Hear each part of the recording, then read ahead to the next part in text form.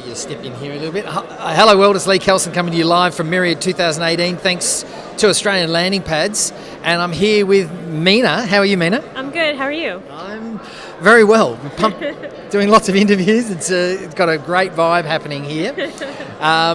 So Mina, just give us a little bit about your background. You've had a pretty diverse and interesting background. Yeah. So I'm currently the co-founder of Different, which is a company based here in Sydney, here being Australia, and we are rebuilding property management to create a great experience for owners, tenants, tradies, and everyone in that ecosystem.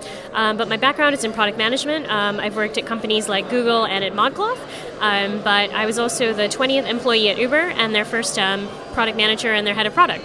So let's just talk about that. So you were one of the early stages of Uber, 20 people, you were the 20th employee at Uber. What was it like back then at Uber?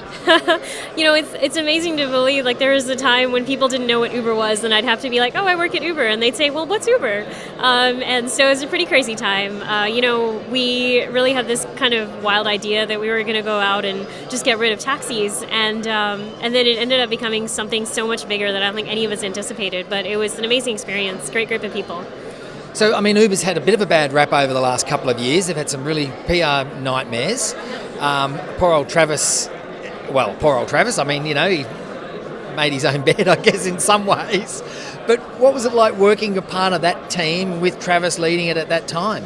Yeah. I mean, I think it was a really amazing, intense experience. I wasn't at Uber over the past few years, so it's hard for me to say anything about what's going on there. I will say I think I learned a lot from Travis in terms of being a leader, in terms of being a founder. And I think the biggest lesson that I learned from Travis is to be bold. And you never ask the question, can you do it? You only ask the question, how can you do it? Right. And the answer might be that you don't do it at all. But if you don't sort of challenge yourself to figure out what that actually is, you'll never get to that place. Yeah.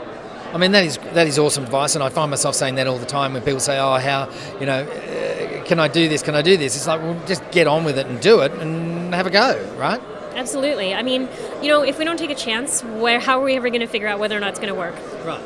Now, after Uber, you were entrepreneur in residence in the Valley for a while? That's right. I was an entrepreneur in residence at Redpoint Ventures and an advisor to Cowboy Ventures. And I just really wanted to get a sense of what it was like to be on the other side of the table when you're actually not at a company and you can't affect anything on a day-to-day basis, and you have to decide if you're going to write someone a big check. Right. And it was a really interesting experience and a very different way of looking at companies and the world. And so what brings you to Myriad? Yeah, I mean, now that I'm in Australia, I love being here and I want to be part of the tech ecosystem, and Myriad's obviously a great conference, brings together a really good group of people and from all around the world. And I think that's an important part for any tech ecosystem that's growing, is to learn and hear about what people all around the world are doing and then be able to share that back as well. Yeah. And whereabouts are you based in the US? In San Francisco? I'm actually based in Sydney now. Oh, you're based in Sydney now? Yep. Okay. So Darlinghurst. Right, okay, cool, Darlinghurst, Sydney. And so just tell us a little bit more about your latest venture. How does that work? Yeah, so I think I've been an owner, I've had investment properties, and I've been a tenant as well. And one thing that really strikes me about this is that it's kind of an ecosystem of hate. There's owners at the top, there's tenants all the way down at the bottom, and then there's agents in the middle, and nobody's really all that happy. And I just don't think it needs to be that way. I kind of feel about property management the way I used to feel about taxis, which is like, why does it have to be so bad? And there's a way for it to really be better. And so the way we think about it is Different is an underlying platform. It's we're both an agency and we're a tech company, and we do those things together because I think the way that we consider it is like, you don't just put agents in the middle and assume that they're going to be scurrying around like rabbits trying to respond to questions. You actually build great technology and you hire senior experienced agents and you bring them into the team, and then that way what you can do is you can use technology to solve the problems that are there 80% of the time, and you bring people in when it's really hard problems, and you do it all in a way where everything's captured, recorded, tracked, so that people have full transparency into what's going on.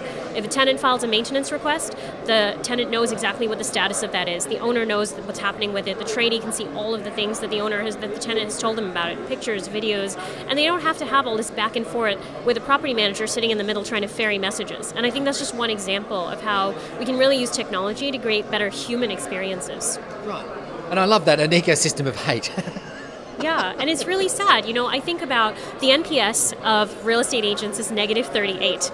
We run NPS surveys. Our NPS is 85, and I think that's really meaningful. To me, that's the single most important metric we have as a company, which is, are people happy? Are we making customers feel good? Right. And while we sell directly to investment property owners, we think about our customers as owners, as tenants, as tradies, everybody in this ecosystem, and we want them to feel good about what they're doing on a day-to-day basis.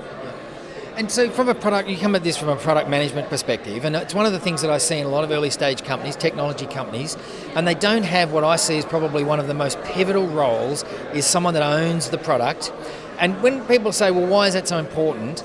For my mind, and I've had a couple of software companies, they become the conduit to the market, to the sales team, to the dev guys, because what I've seen in software companies is that the developers will come in the next day and say, let's build this cool thing, yeah, let's do that. And then the sales guys will go, we need this. And then the marketing people say, no, the market's telling us we need this functionality. So who decides what gets priority and how do we prioritize the functionality?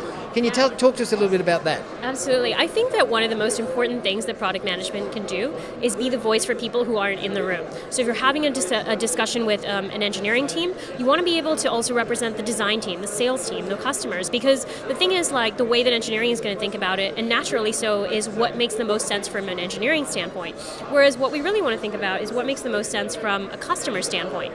And so when you have a product management team, the best part about it is it's leadership without authority, because nobody reports into product management. Nobody has to do what product management says at all, right? And so if you're going to convince a group of people who don't report to you, who you have no authority over and no impact towards, then you have to do it in a way where you're coming at it from the perspective of, hey, this is what the company needs and this is why it's the right thing for the company. Let's all come together to make this happen. And I think for me, that's one of the most exciting and interesting parts of product, is that you have to wear all the hats all the time. And that's what you do to be able to create something that really works for a whole company. Yeah.